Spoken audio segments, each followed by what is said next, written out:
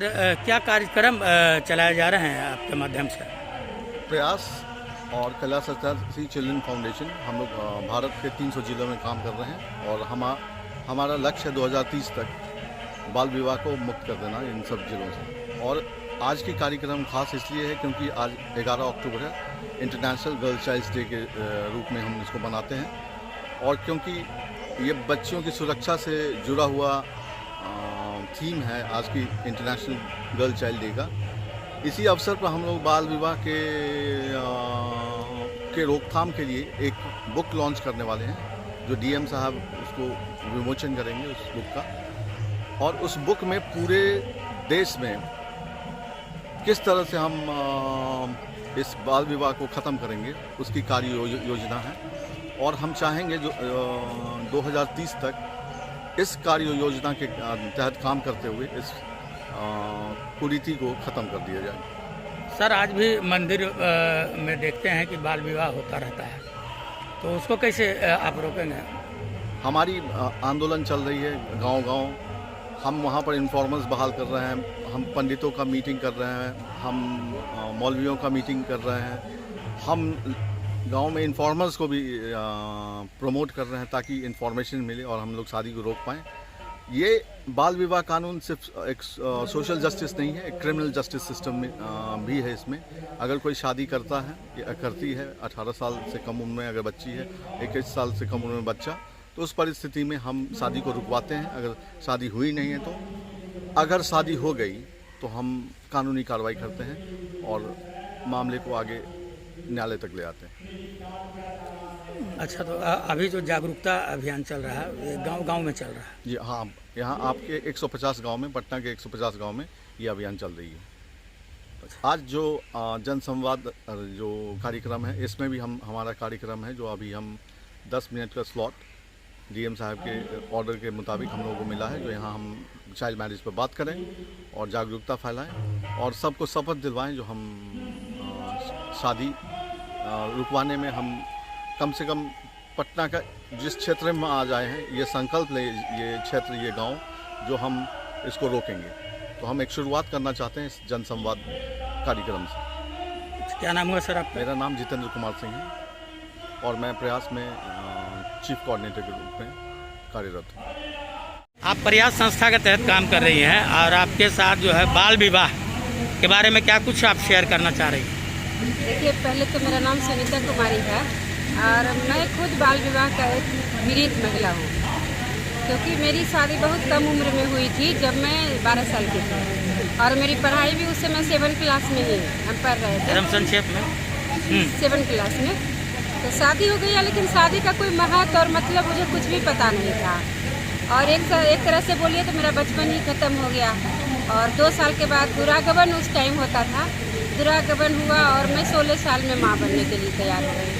अब उस समय मेरे शरीर में जो शारीरिक परेशानी तो थी ही, मानसिक रूप से भी मुझे परिपक्वता नहीं था कि मुझे क्या करना चाहिए, किनसे कैसे बात करना चाहिए, जिसका शिकार मैं बहुत ज़्यादा हुई। और मतलब एक तरह से बोले कि मेरे साथ बहुत सारा हिंसा हुआ।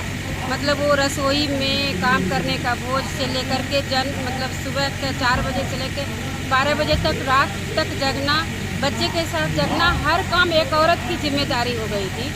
और मैं बहुत ज़्यादा बीमार रहती थी, मेरे शरीर में ब्लड हर समय हीमोग्लोबिन की कमी होती थी, तो बहुत सारा परेशानी हुआ। लेकिन इस दर्द को कोई समझते नहीं थी। साथ में जो है ना, बाल विवाह से क्या होता है कि पारिवारिक जो यातनाएं होती है वो ज़्यादा होने का खतरा होता है, क्योंकि हमारा समाज पितृ सत्ता समाज है। मतलब पुत्र प्राप्ति के लालच में हमें संजोग से लड़की हुई, 2 लड़की हुआ, हम सोचे 2 लड़की हो गया, अब बंद करेंगे, मेरा शरीर काम नहीं करता, मैं अब बच्चे देने लायक नहीं हूँ।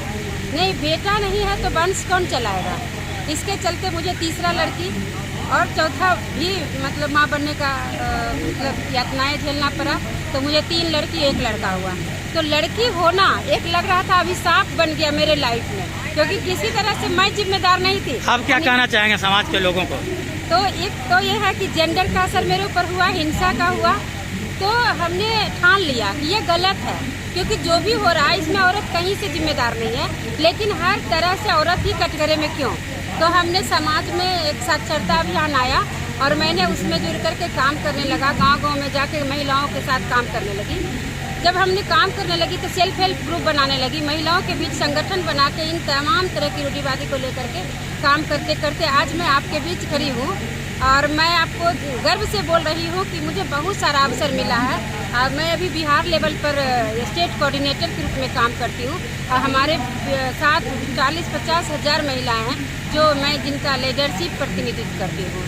तो मैं समाज से कहना चाहती हूँ कि ये तकदीर को कोसना या बोझ बनाना या इन भावना देखना बंद कर दीजिए, उनको पढ़ाना शुरू कीजिए। समाज में बराबरी का दर्जा आगे लाना, उनके अंदर भी सब कुछ की क्षमता है और वो चाह लेगी तो हर चीज़ करने के लिए तैयार वो है। और कहीं अगर हम बात करें तो पुरुषों से कई गुना ज़्यादा उसके अंदर। मैम, आपकी संस्था प्रयास जो है वो बाल विवाह मुक्त कराने का संकल्प लिया हुआ, तो कहाँ तक मतलब इसमें सफलता अभी तक आपको मिली है? अभी देखिए, हम लोग लगभग 2 साल से इस तरह का कार्यक्रम कर रहे हैं। स्कूल में जाके बच्चों को बाल अधिकार बताते हैं, फिर बाल विवाह का जो हमारा कार्यक्रम है कि बेसिकली हम लोग उसको रोकने के लिए, इन्फॉर्मेशन देने के लिए बच्चों को प्रेरित करते हैं। एक हम लोग नंबर दे दिए हैं कि अगर आसपास शादी हो तो हमें बताने के लिए, और बच्चे को हम लोग डर मुक्त करना चाहते हैं कि वो भी आवाज़ उठा सके। ठीक है, अपना अधिकार जो है बताते हैं कि आपका अधिकार है कि आप अपनी बात रख सके पेरेंट के पास, जो आपके हित में है, जो आपके जीवन के लिए अच्छा है, वो उस पर आप आवाज़ उठाइए कि आपके साथ गलत ना हो, बाल विवाह नहीं हो, बाल मजदूरी नहीं हो।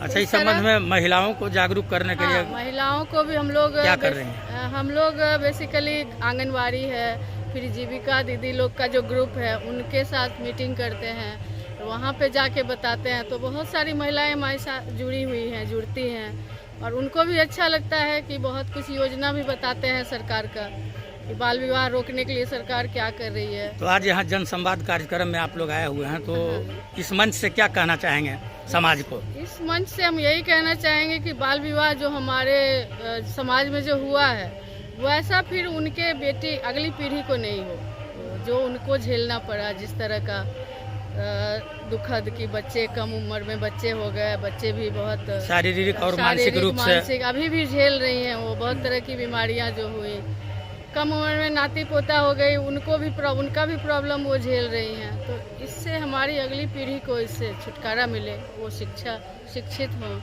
अधिकार मिले उनको।